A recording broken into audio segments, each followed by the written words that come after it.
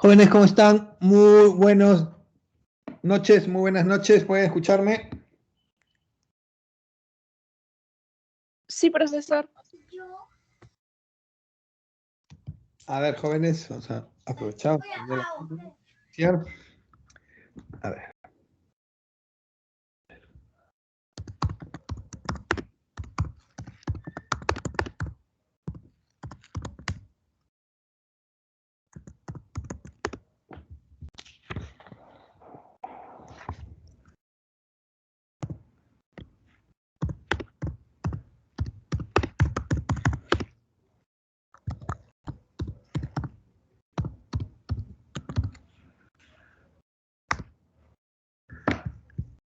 A ver, jóvenes, vamos a iniciar tomando la respectiva captura de pantalla. ¿Cómo están? Muy buenas noches a todos. Prepárense, sonrían, peínense. Vamos a tomar la respectiva captura de pantalla. ¿Me pueden escuchar? ¿Me pueden ver bien? A ver, espero que sí. A ver. Sonrían. Listo.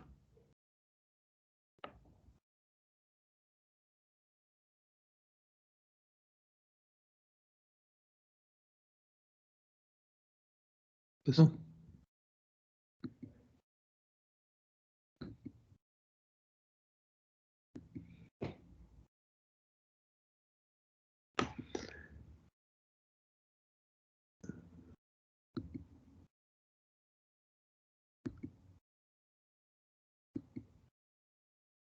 Bueno, continuamos.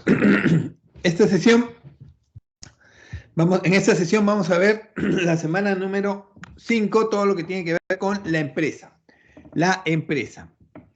A ver, hemos visto durante las sesiones anteriores todo lo que tiene que ver con cómo funciona la economía, el proceso económico. Vimos que dentro del proceso económico era importante el proceso de producción y consumo, producción y consumo. Cuando hablamos de producción y consumo, estamos hablando de todo el proceso que inicia el circuito económico dentro de la economía. Entonces, el sistema de producción y consumo tiene que ver directamente con la economía, pero no es tan sencillo. Producción y consumo no es únicamente las etapas de un proceso económico. Producción, circulación, consumo, producción, circulación, distribución, consumo e inversión.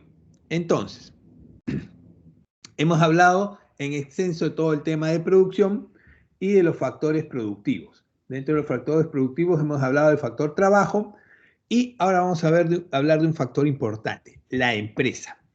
¿Qué es la empresa? ¿Por qué es tan importante la empresa dentro de la economía?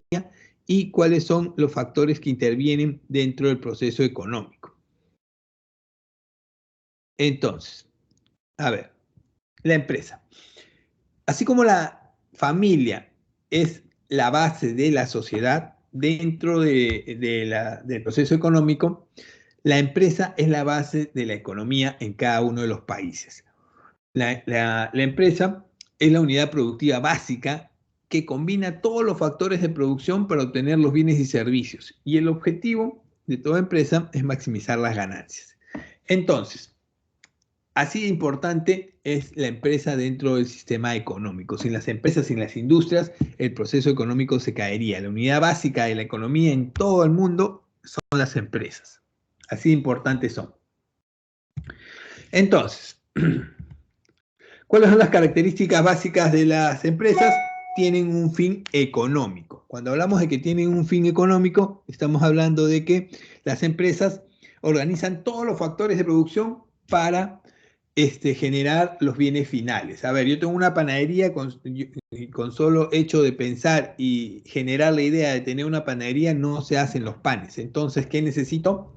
Generar el proceso, combinar los factores de producción, materia prima, mano de obra, tecnología, capital, y tengo la panadería y los panes listos para el público. Otra característica de la empresa es que es mercantil. La finalidad de una empresa es vender bienes y servicios a todos los ciudadanos que las necesitamos. Tienen un fin mercantil. Y uno de los objetivos más importantes que muchas veces olvidamos es que el objetivo principal de toda organización, de toda empresa, es uno solo. ¿Cuál es la razón de ser por el cual ustedes en un futuro, espero que sea así, van a poner su propia empresa, su propio negocio, su propia industria? ¿Por qué lo van a hacer? A ver, jóvenes, ¿por qué alguien en algún momento puso su propia empresa, su propia industria? ¿Por qué? Jóvenes, jóvenes, no los escucho. Para generar dinero. Para generar ganancia, utilidad, para tener el máximo beneficio posible. Exactamente. Es por eso motivo que ustedes en algún momento, en una oportunidad, van a poner su propia empresa, su propio negocio. Todo aquel que pone su empresa, su negocio, lo hace con el único objetivo de generar ingresos, generar ganancia, máxima utilidad. Aquel que le diga que no, yo pongo mi empresa para ayudar a los pobres, ayudar a los viejitos, generar trabajo, es mentira. Está en campaña seguramente. La razón por la que una persona, un empresario, pone una industria, una empresa, un negocio es porque quiere tener más ingresos, más ganancias, la máxima utilidad posible. Así de simple. Entonces, y eso no está nada malo. Otra característica de la empresa es que tienen organización propia. Todos los que intervienen dentro de la organización lo hacen con un objetivo, generar la máxima rentabilidad para todos los que participan. Y tienen una responsabilidad social. Esta característica es una de las más importantes de las empresas que ha ido perdiendo peso durante las últimas décadas. Lamentablemente, toda empresa, micro, pequeña, mediana, gran empresa, una transnacional o toda cual fue la empresa que esté funcionando, o el negocio que esté funcionando, genera externalidades, tanto positivas como negativas, para el medio ambiente y la sociedad. ¿Qué se quiere decir con eso? ¿Qué decimos con eso? ¿Qué aclaramos con eso? A ver, en este sentido, tenemos que tener en claro que dentro de las funciones de las empresas siempre se van a generar externalidades positivas o negativas. Siempre hay una responsabilidad social de por medio, por más pequeña y insignificante que ustedes crean que es el negocio. Imagínense ustedes ese carrito molientero donde ustedes tomaban o toman su moliente y su pan con huevo en el desayuno, en la tarde, para calentarse, que lo compran a un sol 50 el pan. Imagínense que ese carrito tenga, después de realizar sus actividades, que deshacerse de todos los residuos tirándolos a la calle. ¿Está contaminando? ¿Está ensuciando? Sí, por supuesto. ¿Tiene responsabilidad social en eso? Sí, por supuesto, con el medio ambiente, con la sociedad, con la comunidad. Si ese pequeño y micronegocio tiene esa responsabilidad, imagínense la responsabilidad que tiene una minera, una transnacional, una empresa grandota. Cómo afecta y cómo contamina la comunidad del medio ambiente. El tema de responsabilidad social, lamentablemente, en el Perú y en muchos países de Latinoamérica está muy venido a menos porque las leyes se han hecho muy permisivas. Pasan por alto muchas indicaciones y regulaciones que deberían mantenerse firmes. Lamentablemente, con el cuento de que la empresa no puede parar y tiene que generar ingresos, no les importa contaminar y matar un montón de recursos de la comunidad y de la sociedad. ¿Ok? Responsabilidad social. Entonces, ¿cuántas clases de empresa tenemos? Tenemos diferentes tipos de empresa. Y este punto es uno de los más importantes. ¿Por qué? Porque viene bastante dentro de las preguntas del examen. Las empresas se dividen por diferentes maneras. Una de las divisiones más importantes de las empresas es según su aspecto jurídico. Y según su aspecto jurídico, las empresas se pueden dividir en empresas individuales o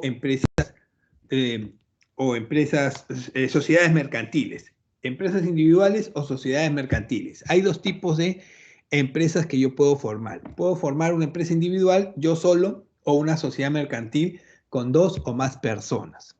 ¿Ok?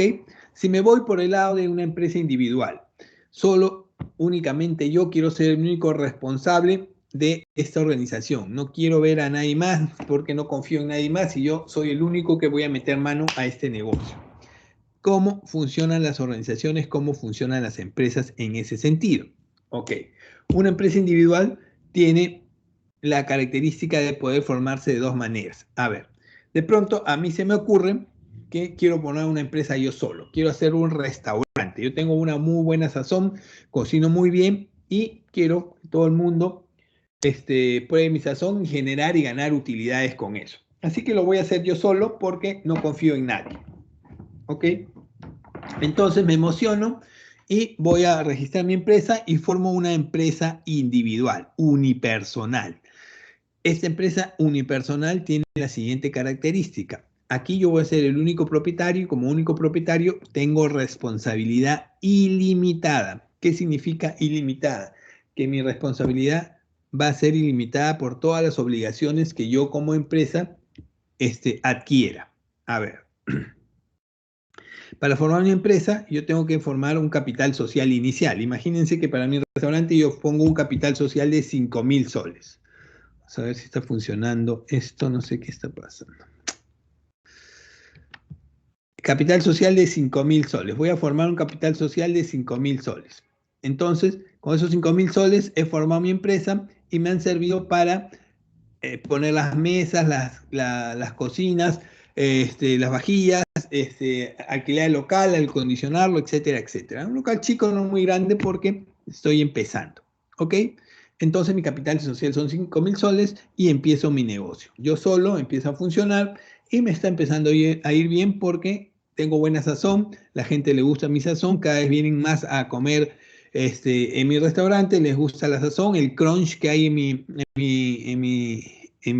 los platos y empieza a llegar gente, empiezo a contratar mozos, empiezo a pedir una ampliación del local, empiezo a pedir un préstamo en el banco, etcétera, etcétera. Empiezo a adquirir más responsabilidades, empiezo a adquirir más deuda para invertir en el negocio. Pero de pronto a los 6 meses que está funcionando mi negocio, que me está yendo muy bien, en viento en popa, me cae la autoridad municipal, la inspección sanitaria en el negocio. Imagínense que van a ver a mi cocina y se dan cuenta que la cocina está toda sucia, está toda llena de cucarachitas, con razón la comida tenía ese crunch especial, ese broster, y me cierran el local, me cierran el negocio. ¿Qué es lo que va a ocurrir? Yo he empezado a adquirir responsabilidades en ese momento, ya como estaba creciendo me emocioné y tengo deudas por 10.000 soles. ¿Qué es lo que va a ocurrir? Como he cerrado mi negocio, se van a tener que cobrar primero del capital social. El capital social fueron 5.000 soles, van a tener que vender mis mesas, mi cocina, todos mis utensilios para cobrarse y como va a faltar obviamente, yo tengo responsabilidad ilimitada. Van a tener que cobrarse de mis patrimonios, mis ahorros, mis cuentas, mis propiedades. ¿Ok? Eso es lo que significa tener responsabilidad ilimitada.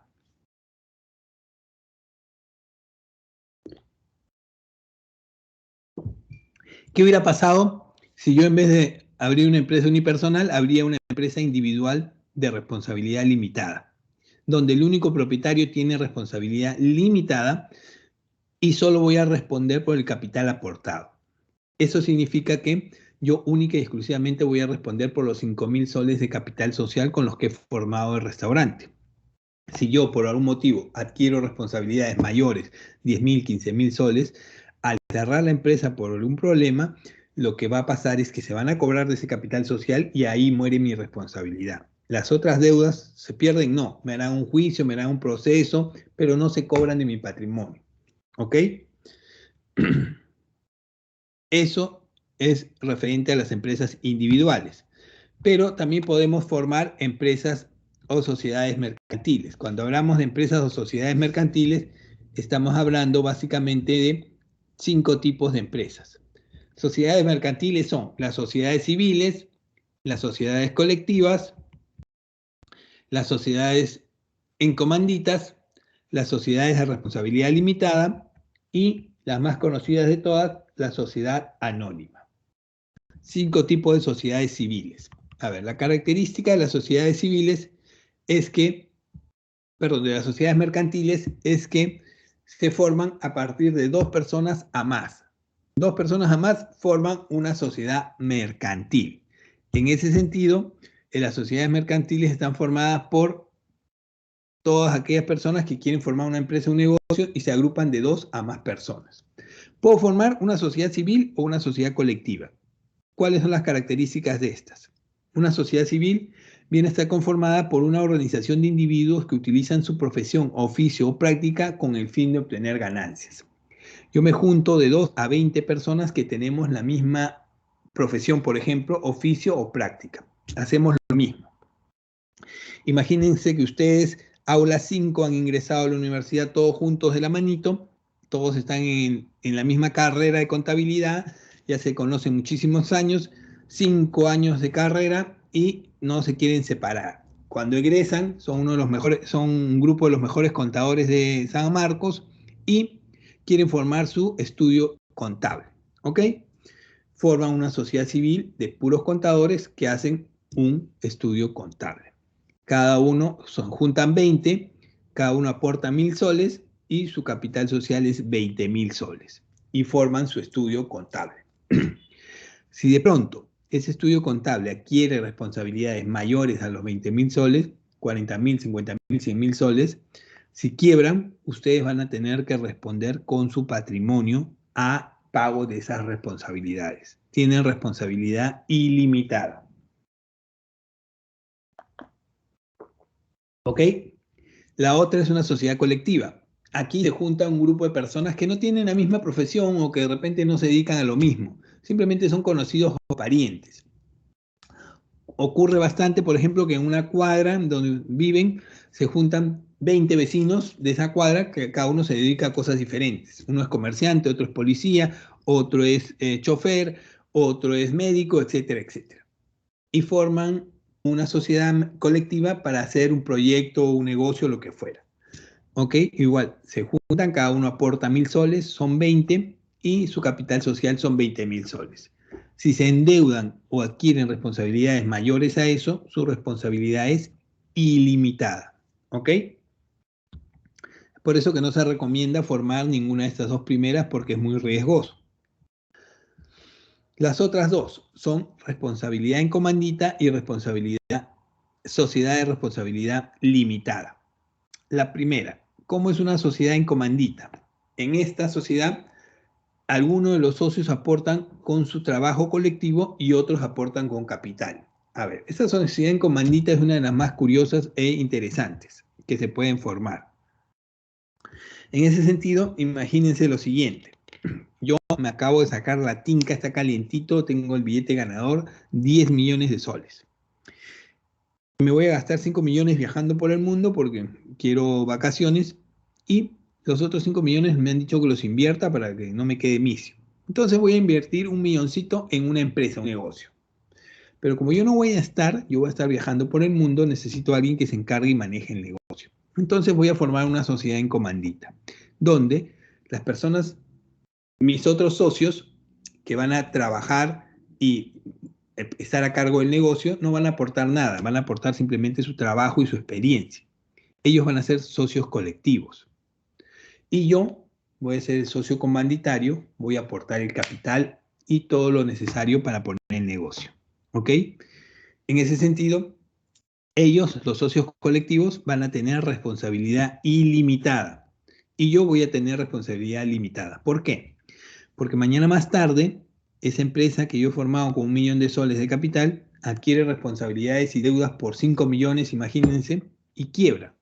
¿Qué va a pasar? Se van a tener que buscar o cobrar esas responsabilidades, se tienen que pagar. ¿Y quiénes va a tener que pagar? Los socios colectivos. ¿Por qué? Porque ellos no pusieron nada, ellos son responsables del manejo de la empresa y si la han llevado a quiebra y a tomar malas decisiones, tienen que cumplir con las obligaciones que adquirieron.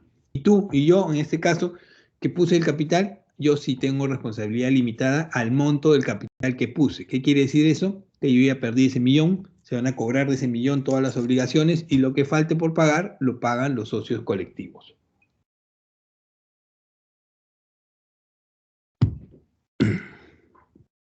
Sociedades de responsabilidad ilimitada, sociedades de responsabilidad limitada es una de las formas más comunes de formar una empresa en el Perú. Generalmente las pequeñas empresas, los pequeños negocios son sociedades de responsabilidad limitada. Aquí el capital se divide en participaciones iguales, acumulables e indivisibles, que no se denominan acciones sino participaciones. Los socios son de 2 a 20 y nos juntamos para formar un negocio o un proyecto. Cada uno aporta 1.000 soles, juntamos 20.000 soles y formamos esta empresa o este negocio. Cada vez que haya alguna cada vez que empecemos a acumular obligaciones, empieza a crecer el negocio, si no va bien, no hay problema, pero si el negocio quiebra, vamos a tener que responder hasta por el monto de nuestras aportaciones, hasta por 1.000 soles cada uno, 20.000 en total. Si por ahí nos endeudamos por 50.000, nuestra responsabilidad acaba en los 1.000 soles, en los 20.000 soles. Hasta ahí es nuestra responsabilidad. Sociedades de responsabilidad limitada. De estos hay muchas empresas que conforme van creciendo en el espectro ya van cambiando a otro tipo de sociedades. Pero así inicia la mayoría de empresas en el Perú.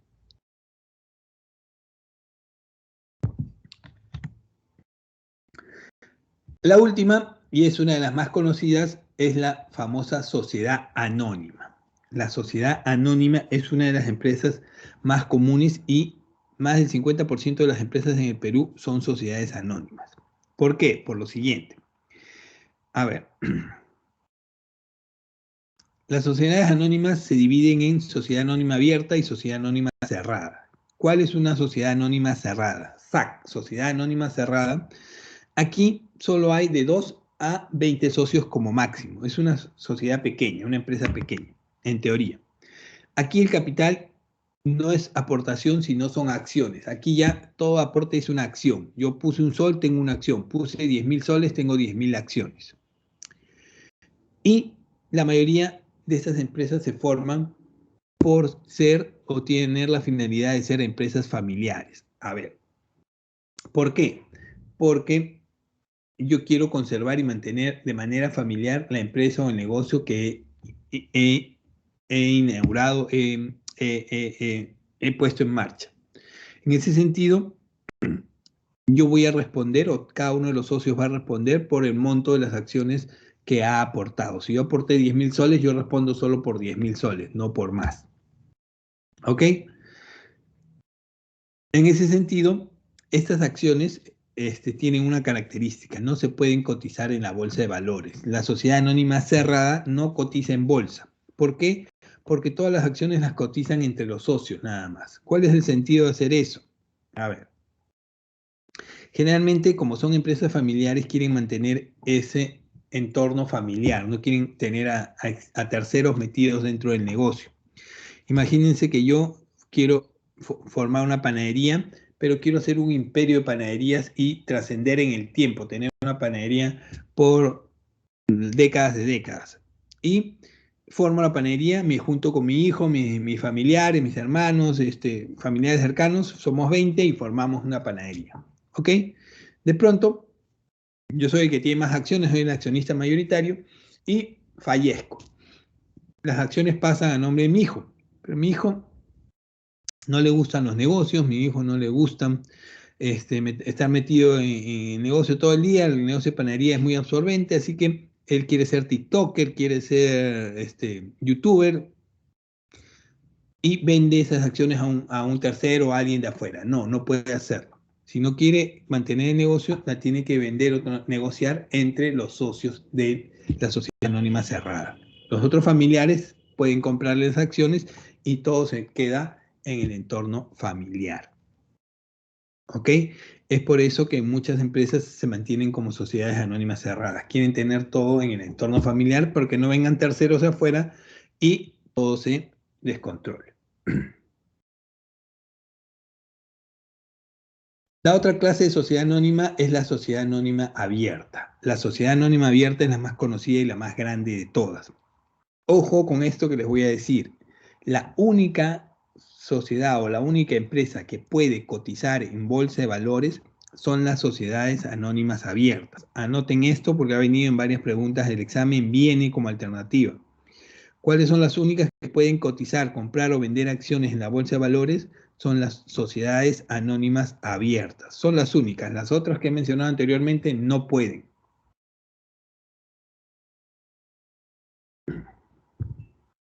Entonces, características de una sociedad anónima abierta, lo mínimo de socios que debe tener son 750 socios, a más. Si quiero tener más socios, lo puedo tener, pero lo mínimo son 750 socios. Los socios tienen una responsabilidad limitada. ¿Limitada a qué? Al monto de sus aportes. Si yo compré 10.000 acciones, 10.000 acciones, 10.000 soles es mi monto de responsabilidad. Este capital social está basado en acciones, obviamente, y estas acciones sí pueden ser comercializadas en la bolsa de valores, hacia afuera. Cualquiera puede comprar o vender esas acciones. Y estas acciones deben estar inscritas, por ende, en el registro del mercado de valores. O sea que si yo compro José Luis Cárdenas 10.000 acciones, esas 10.000 acciones tienen que estar a mi nombre, porque tienen que estar registrados, no se pueden ser anónimas. ¿Ok? En ese sentido, si tengo una empresa que tiene 750 socios, obvio es que son empresas grandes, grandes empresas que tienen gran espalda financiera. En ese sentido, yo puedo solicitar más inversionistas, cotizar acciones y venderlas porque son una gran empresa. Y si tengo un buen historial de funcionamiento y de ganancias, voy a ser aceptado por las personas para comprar más acciones. Ejemplo de esas empresas son Alicor, Gloria, el grupo BB Continental, el grupo Credicor, etcétera, etcétera.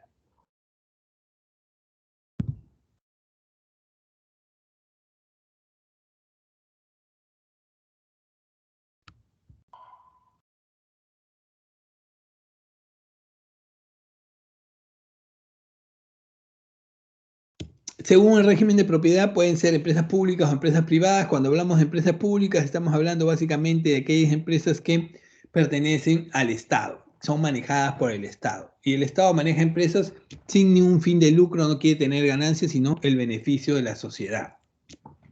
La finalidad de las empresas públicas es que toda la comunidad, toda la sociedad obtenga un beneficio con el servicio que brinda. Sedapal, Banco de la Nación, etcétera, etcétera. Son empresas públicas que no buscan ganancias, sino buscar un beneficio, una satisfacción de los servicios de la sociedad. ¿Ok? Y las empresas privadas, obviamente, lo que buscan es el lucro, el beneficio, la ganancia. Son manejadas por capitales privados e intereses privados y lo que buscan es generar la máxima utilidad y la máxima ganancia. Hasta ahí no hay mucha complicación. Las cooperativas, los regímenes de cooperativas tienen aquí un modelo empresarial en donde lo que se busca es que haya una cantidad de socios para emprender o formar un mismo rubro, un mismo negocio. A ver, cuando hablamos de cooperativas estamos hablando de entidades que se forman generalmente en lugares bastante apartados donde no hay acceso a la banca pública o privada. Y se juntan las personas porque necesitan financiamiento. A ver, imagínense los comerciantes cafeteros de la selva central, donde no llegan la banca privada, el Estado, se juntan 100 agricultores cafeteros y cada uno aporta 10.000 soles. Entonces ya tienen un pozo y ese pozo les sirve para financiarse para diferentes necesidades que tengan. Pozos de agua, motores, fertilizantes, semillas, camiones, lo que fuera. Entre ellos se prestan, generan un interés, devuelven el dinero y van formando un capital. Cooperativas. Hay cooperativas para la producción, cooperativas agrícolas, cooperativas de ahorro y crédito, etcétera, etcétera.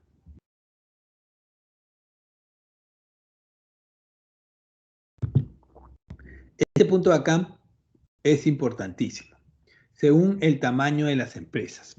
A ver, cuando hablamos de dividir las empresas según su tamaño, hablamos de lo siguiente. A ver, las empresas, de acuerdo a la norma tributaria, pueden ser del siguiente tamaño. Microempresas, pequeñas empresas, medianas empresas o grandes empresas. Hay 4 tamaños de empresas que pueden ser: micro, pequeña, mediana o gran empresa. A ver, yo les pregunto, para no pasarme toda la noche hablando solo. ¿Qué es lo que determina el tamaño de una empresa?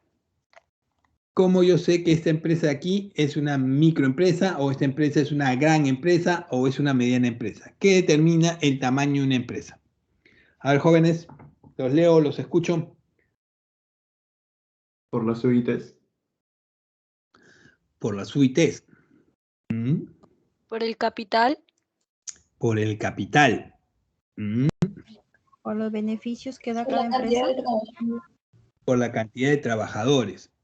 por las ganancias, por los beneficios, por las sucursales. A ver, chicos. Esto es importante porque viene bastante dentro de las preguntas del examen y no lo tienen claro, lo estoy viendo. A ver. Lo que determina que una empresa sea micro, pequeña, mediana o gran empresa no es la infraestructura, el tamaño, la ganancia, el número de trabajadores o que tenga un gran local, no. Lo que determina que una empresa sea micro, pequeña, mediana o gran empresa es o son sus ventas anuales. Sus ventas anuales. Una empresa es micro, pequeña, mediana o gran empresa dependiendo del volumen de sus ventas anuales, no en un mes, sino anuales. ¿Ok? Entonces, ¿cómo se determinan las ventas anuales de una empresa? A través de las UITs. Le vuelvo a preguntar, ¿qué son las UITs? ¿Conocen qué son las UITs? ¿Tienen claro qué son las UITs? Unidad impositiva tributaria.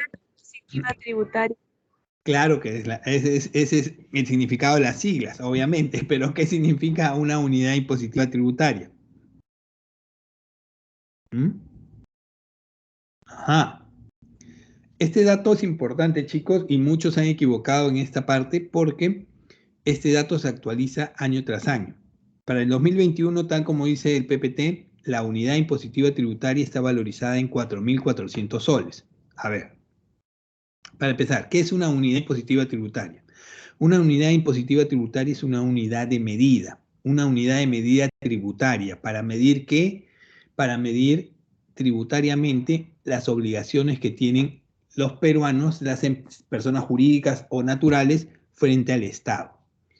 Entonces, con la UIT yo puedo medir impuestos, multas, sanciones, moras y costos y lo que le voy a cobrar a empresas o personas naturales.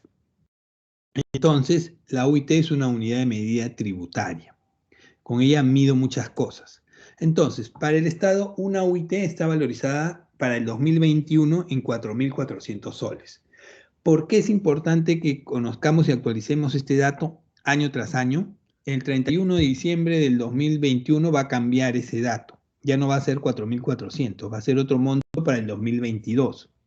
Si ustedes se quedan en el examen de marzo, por ejemplo, que vayan a dar, y se olvidaron de actualizar ese dato en su disco duro, en su cabeza, y se quedan con que el valor de la UIT es 4.400, para el 2022 de repente es más, de repente es menos. Y cuando hagan un ejercicio, los ejercicios son actualizados a la fecha. A marzo del 2022 van a haber ejercicios en el examen actualizados a esa fecha. Y les van a pedir calcular el tamaño de las empresas y ustedes se van a quedar con un dato anterior y se van a equivocar, van a errar en la respuesta. Así de sencillo. Así que acuérdense de actualizar el dato al 2022, cuando llegue.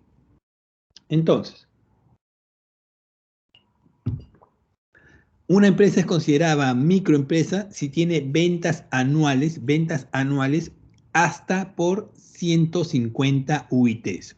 Saquen su calculadora, multipliquen cuánto es 150 por 4.400 y estas son las ventas anuales que tiene una empresa para ser considerada microempresa. ¿Ok? Basta que yo me haya pasado por un sol, 150 UITs más un sol, ya soy considerada pequeña empresa. Una pequeña empresa tiene ventas anuales superiores a 150 UITs hasta 1.700 UITs. Basta que yo me haya pasado un sol, soy considerado mediana empresa. Tengo ventas anuales de más de 1.700 UITs hasta 2.300 UITs. Profesor, una pregunta. Dime. Digamos que un año, por ejemplo, la empresa sacó 150 UITs y el año siguiente 151. Digamos que el tipo de empresa cambiaría dependiendo, cada año, dependiendo de cuántas ventas anuales haya, o digamos que ya tiene un tipo en específico, pero depende de cuántas ventas tenga. Buena pregunta. Si tú te pasas las 150 UITs, el siguiente año ya no eres micro, eres pequeña empresa. Y si sigues pasando los límites, vas a seguir aumentando. ¿Por qué es importante mantener las ventas? Y muchas empresas, porque en muchos casos se evaden impuestos y no quieren pasar a la siguiente etapa, porque obviamente te cobran más impuestos. Y te exigen, la legislación tributaria te exige más documentación. A una microempresa no le exigen casi ninguna documentación. Los libros de venta, las boletas, los registros, los básicos que le piden a todo el mundo. Pero ya para una pequeña, ya una mediana o una gran empresa ya le exigen libros contables, contador certificado, que tenga un área de contabilidad establecida. Es más, a las grandes empresas tienen que tener un sitio para que la SUNAT vaya a hacer la auditoría inclusive. Es más complicado. Y lamentablemente en el Perú, este dato se está pidiendo actualizar año tras año porque muchas empresas se quedan como micros porque no quieren pasar a pequeñas o medianas empresas porque obviamente les cobran mucho más. Tan importante es este dato que si por error del contador o por error del cálculo tú calculaste que eres una mediana o pequeña empresa y realmente eres micro, te puedes quebrar hasta tributariamente porque la carga tributaria es muchísimo más grande.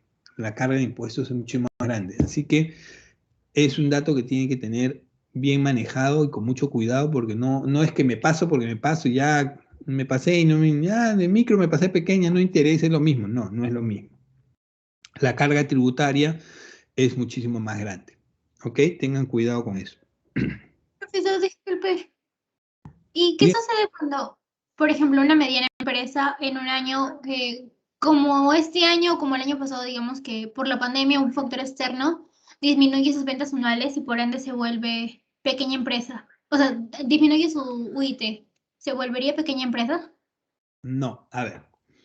Normalmente, pongamos que no haya habido pandemia, pongamos en condiciones normales. Normalmente si tú pasas de micro a pequeña empresa ya no puedes retroceder. Ya no es que, ya vendí menos y ahora retrocedí, pago menos. No, porque en teoría tienes que ir en progresión. ¿Ya? En este caso de pandemia, por excepción, las empresas han tenido muchas excepciones tributarias en ese sentido. Ha habido mucha ayuda en ese sentido y les han mantenido o les han congelado mucha carga tributaria. Es más, han sacado leyes en donde el manejo del personal, el manejo de la famosa suspensión perfecta, que se está debatiendo que se anule o no, ya se indicó que se va a anular para algunas empresas porque muchos de esos beneficios tributarios indican que no paguen los impuestos que les corresponden. Pero las empresas, asumiendo en muchos de los casos, no todas, generalmente los más vivos, ya me acojo a esa suspensión perfecta, no pago esos beneficios tributarios, indicando que han bajado mis ventas, pero en realidad no bajaron, simplemente se acogieron, pero no están pagando impuestos. Hay empresas agroexportadoras, que son las que generalmente no han parado, que han seguido exportando, que se han acogido a la suspensión perfecta, han despedido trabajadores, han dejado de pagar impuestos, pero ellos siguen generando el mismo monto. Y es por eso que se exige ahora que en algunos casos la suspensión perfecta sea eliminada para un tipo especial de empresas, generalmente las agroindustriales, que no han parado en el récord histórico, no ha habido una disminución. Hay algunas que sí, las textiles, las de comercio, las de servicios. Para esas no se pide que se elimine la suspensión perfecta, generalmente para las que no han parado, generalmente las agroindustriales. Y este dato es importante porque ha generado un debate. Pueden haber escuchado ustedes en los temas políticos que no, que quieren eliminar ese derecho y perjudicar a las empresas. No es a todas, es a las que han sacado un beneficio y se siguen aprovechando ese beneficio. Echa la ley, echa la trampa. Oye, te voy a ayudar, todas se cogieron. Pero tú no necesitas ayuda, pero tú estás ayudando a todos, también me corresponde. Y se aprovecharon en ese caso. ¿Ok? Así que por este tema de pandemia han habido beneficios, evasiones, han habido suspensiones de pago, pero una vez que se reactive todo, se mantiene. ¿Ok? Pero en condiciones normales no te puedes retroceder. Oye, era micro y pasé a mediana y el próximo año, oye, bajaron mis ventas y vuelvo a ser micro, no. No se puede. Ok, chicos, continuamos.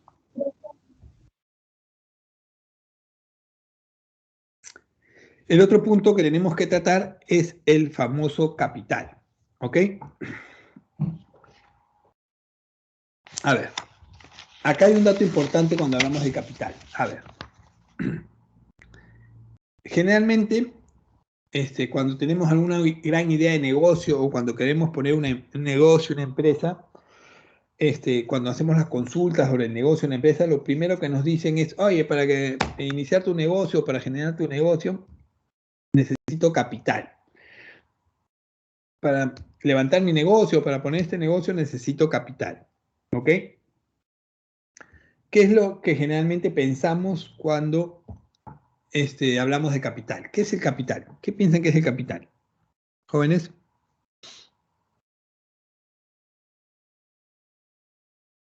Dinero. Dinero. Sí, también.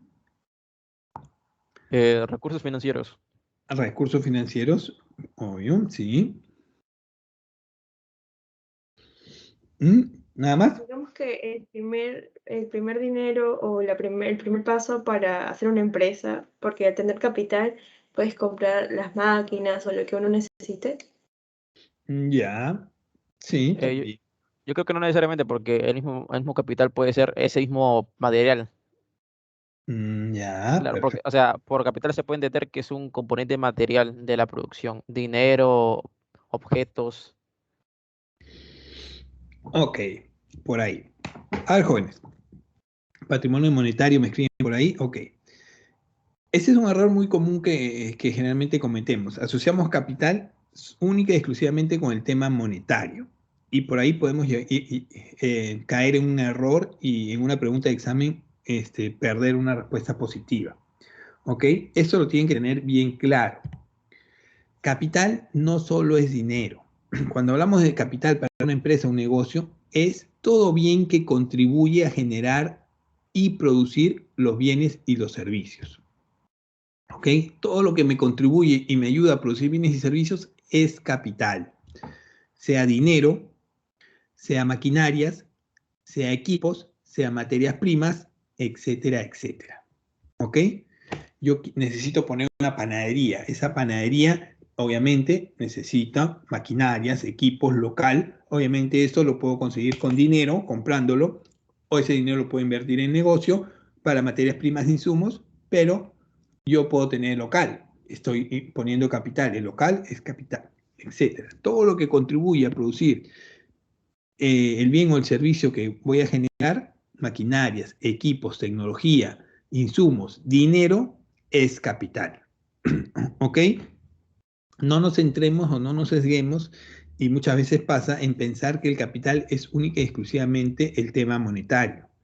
Ayuda es parte de también, pero no es el único. ¿Ok?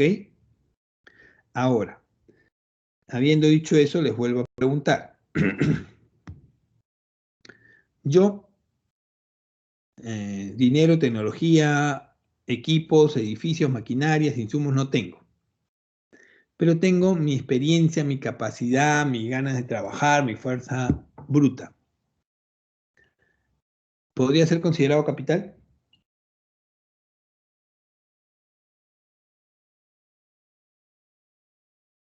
¿Jóvenes? ¿No? ¿Mm? ¿Qué opinan? ¿Uno nomás? Sí, porque va a ¿Sí? ayudar en el trabajo. A ver. Sí. O Hace un momento hemos visto los tipos de empresas según el orden jurídico y vimos la sociedad en comandita. ¿Se acuerdan?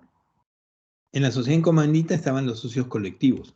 Esos socios colectivos no ponían nada de capital, no aportaban nada. ¿Con qué aportaban a la empresa esos socios? Con su experiencia, su capacidad y su trabajo. Entonces, mi experiencia, mi capacidad y mi trabajo también es considerado capital, siempre y cuando yo participe en el proceso productivo de la empresa. Tengo una panadería, yo voy a ser panadero, voy a hacer los panes. Mi experiencia, mi capacidad es capital.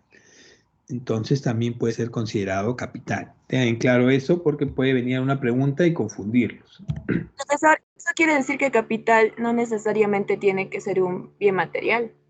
Exactamente, no necesariamente. Todo aquel recurso que me ayude a producir bienes o servicios es considerado capital. ¿Ok? ¿De qué me sirve? Yo voy a poner una panadería, entonces pongo la mejor tecnología, el mejor horno, el mejor insumo, el mejor material, estoy en la mejor zona, mi negocio, tengo todo listo, pero no tengo la mano de obra, no tengo el maestro panadero de experiencia. O nadie sabe producir pan, yo no sé producir pan, necesito un panadero de experiencia. Tengo que traer un panadero de experiencia o hacerme socio de un panadero de experiencia para producir el pan. Esa experiencia, ese manejo que va a ser el mejor pan de Lima, es parte del negocio. Y si él me dice, ya, yo no quiero que me pagues, yo quiero ser parte de tu negocio, quiero ser socio de tu negocio porque yo voy a poner la experiencia, voy a poner la mano de obra, te aseguro el mejor pan de Lima, si es así, lo contrato, lo hago parte de mi negocio, lo hago socio, lo hago, su trabajo, su experiencia va a ser el capital de mi negocio. ¿Ok? Esto ocurre mucho en los restaurantes, por ejemplo, en las pollerías, en los restaurantes, los inversionistas ponen casi todo, pero no saben cocinar, no tienen experiencia y se busca un socio, un gran chef, un chef de renombre y se asocian con él para poner ese negocio. El chef pone su experiencia, su capacidad, su nombre, o Acurio o algún chef reconocido, y no ponen capital, no ponen nada, simplemente su experiencia, su capacidad, su renombre, y el otro pone todo lo demás. ¿Es capital lo que está poniendo? Por supuesto. ¿Ok?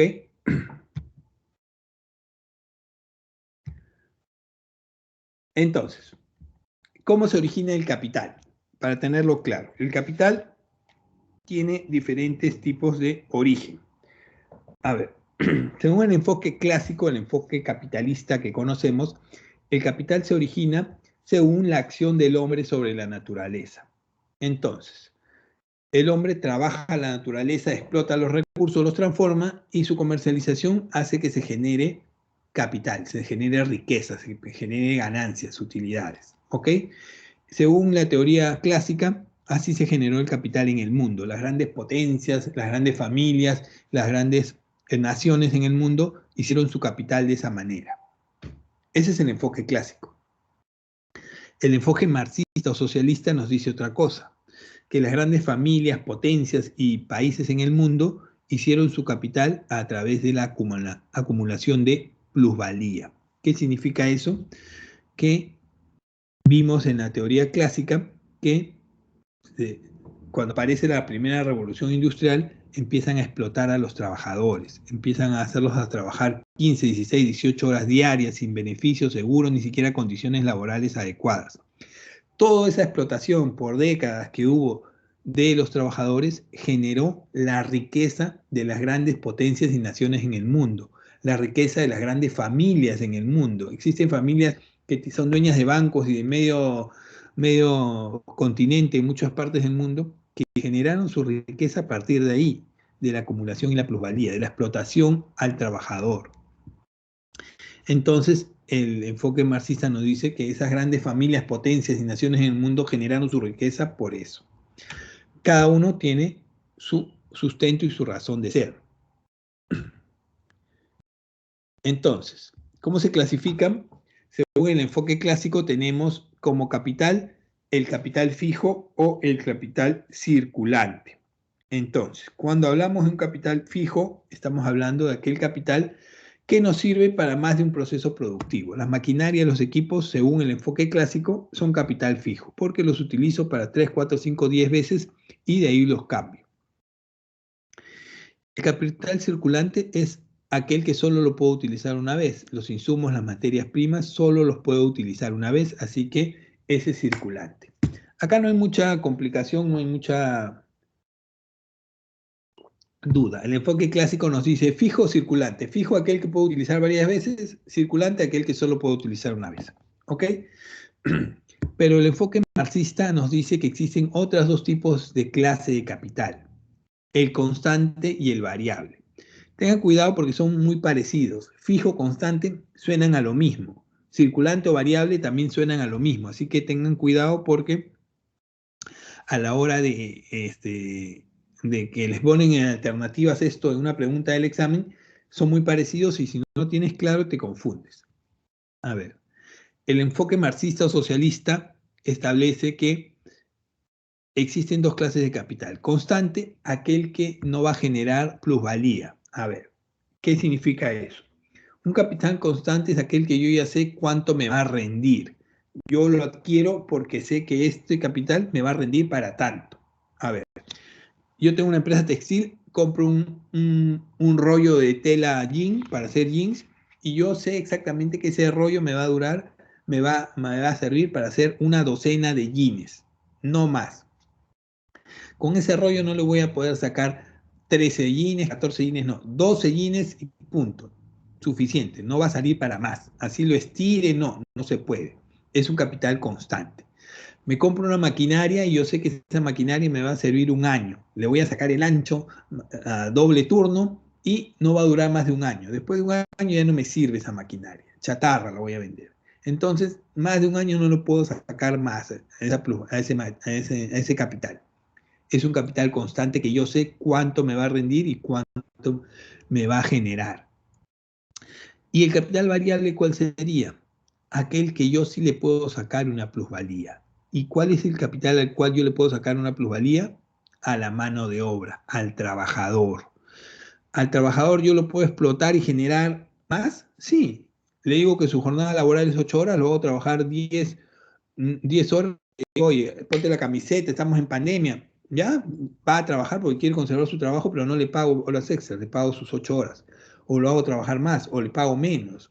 La mano de obra extranjera, el sueldo mínimo es 9.30, le pago 600 porque están necesitados.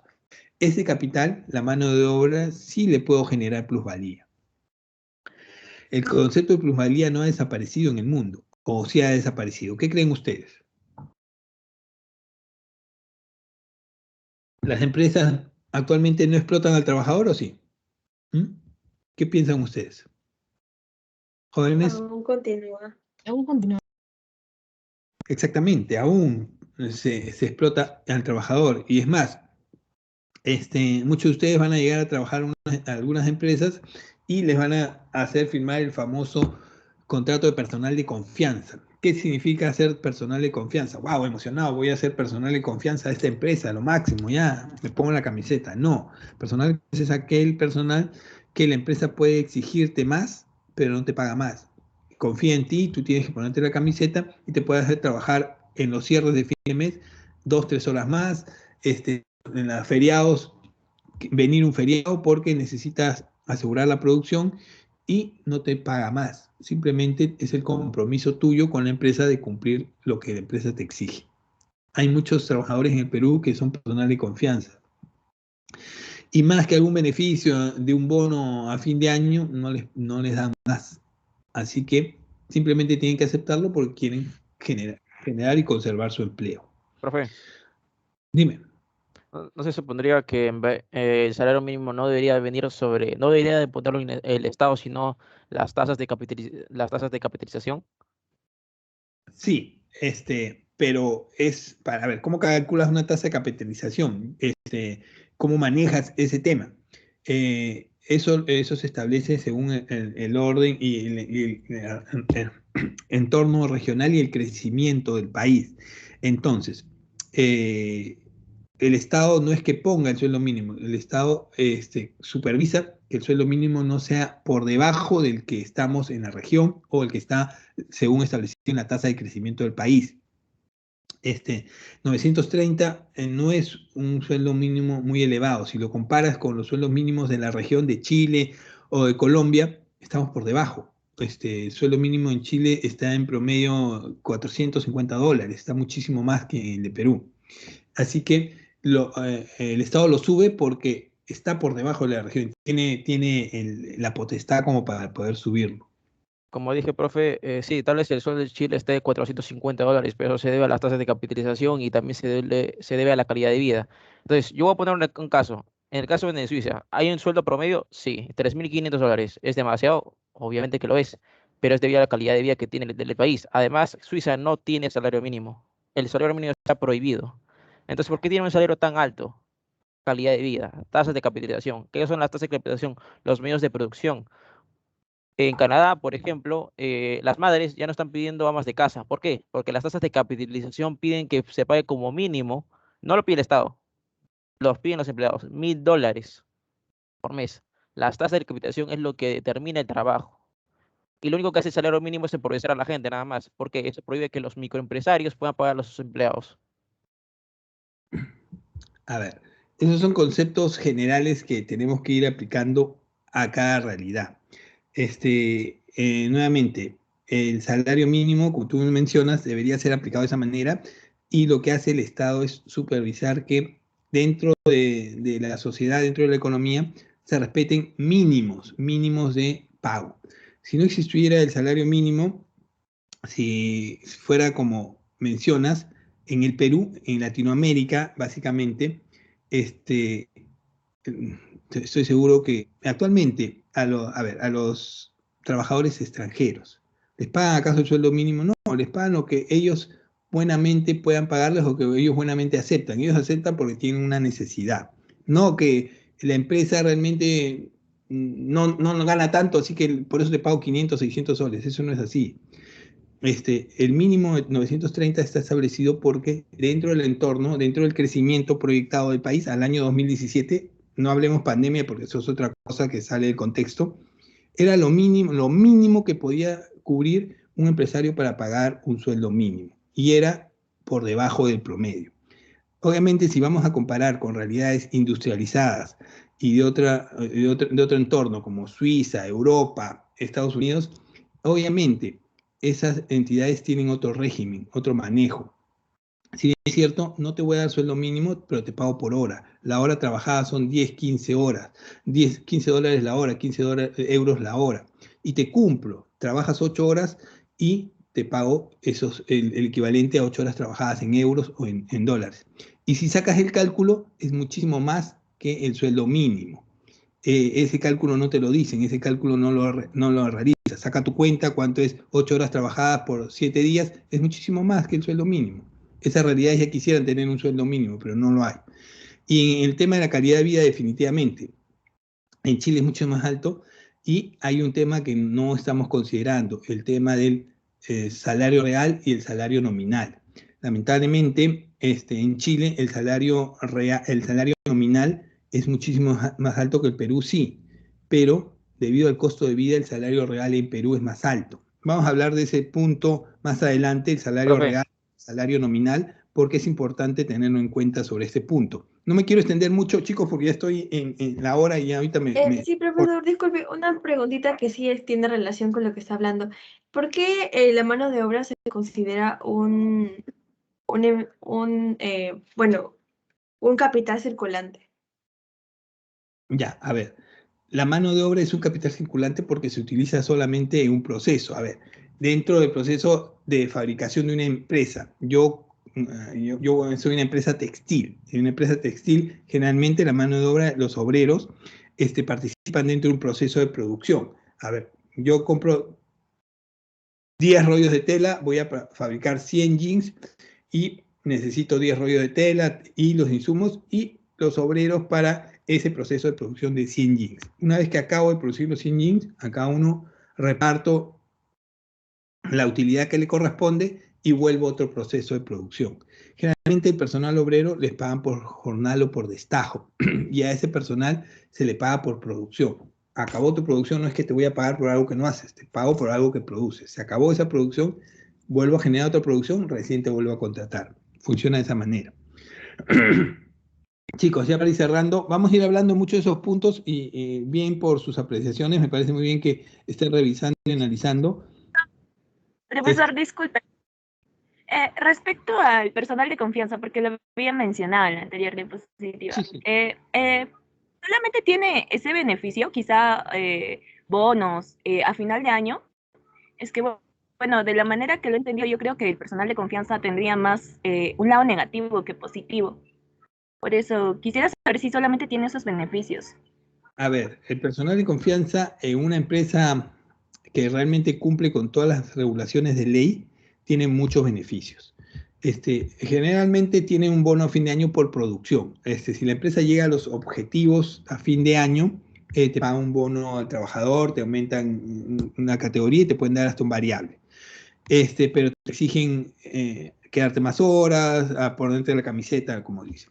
Pero eso generalmente son en empresas que cumplen al pie de la letra las legislaciones laborales. Pero lamentablemente en el Perú, gran cantidad de las empresas, por no decir la mayoría, no las cumplen. Y simplemente adoptan esta modalidad de personal de confianza para poder generar mayor trabajo o generar mayor explotación al trabajador.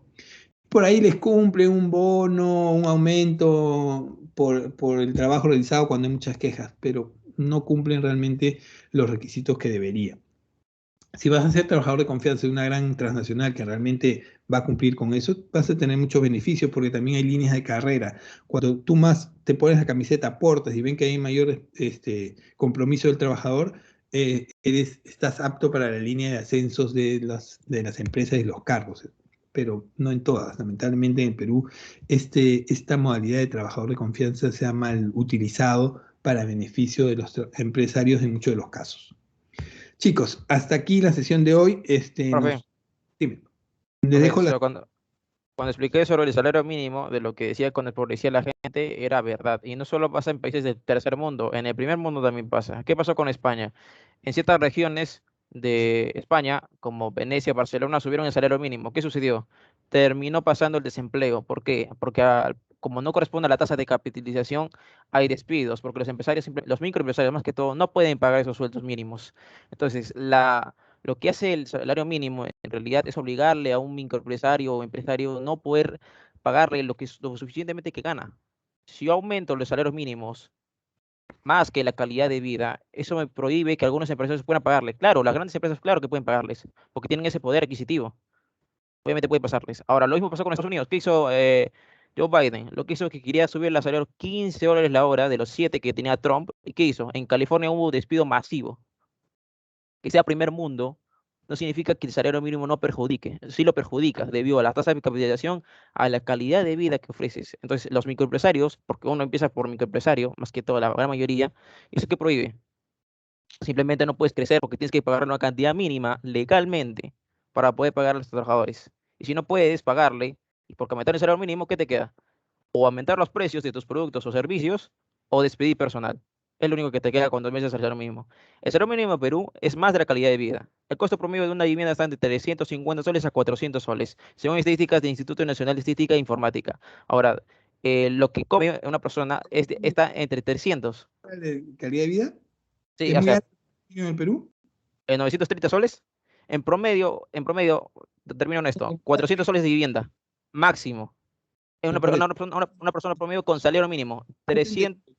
¿El salario mínimo en el Perú es superior a la calidad de vida? ¿Eso me estás diciendo? Exactamente.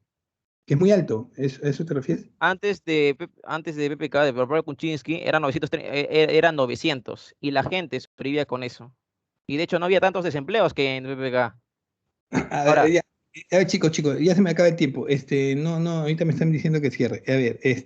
A ver, no confundamos los términos y las realidades. Definitivamente Biden y todo lo que me mencionas, fuera de pandemia, antes de pandemia, en la actualidad, son realidades diferentes. No nos emocionemos. En 2020, cuando estaba Trump, se convirtió en el país más rico del mundo, Estados Unidos. Ya voy a cerrar, chicos, simplemente para concluir. Me parece muy bien tu posición. Acá no hay un tema de discusión. Las realidades son diferentes. Simplemente contextualicemos en las realidades. Lamentablemente, el tema del salario mínimo tiene que ver con el entorno regional y económico y el crecimiento del país. Hasta el 2017, fuera de pandemia, los números y el INE, revísenlos, daban que el salario mínimo en el Perú está en esa realidad. En otros países, si les conviene o no, España no es un país de primer mundo, no es un ejemplo, y Estados Unidos después de la pandemia, todos los países han caído después de la pandemia, así que no podemos contextualizar momentos diferentes. Estados Unidos no cayó, profe. Sí cayó. Con la presidencia de Trump se subía primero al mundo. Estados Unidos siempre ha sido el primer mundo. Quedamos no, el país más rico del mundo, me refiero. Nos vemos la siguiente sesión. Profesor, ya es hora. Nos vemos, chicos, nos vemos. Gracias. Nos vemos. Gracias, chicos. Les dejo las claves. Chao, profe.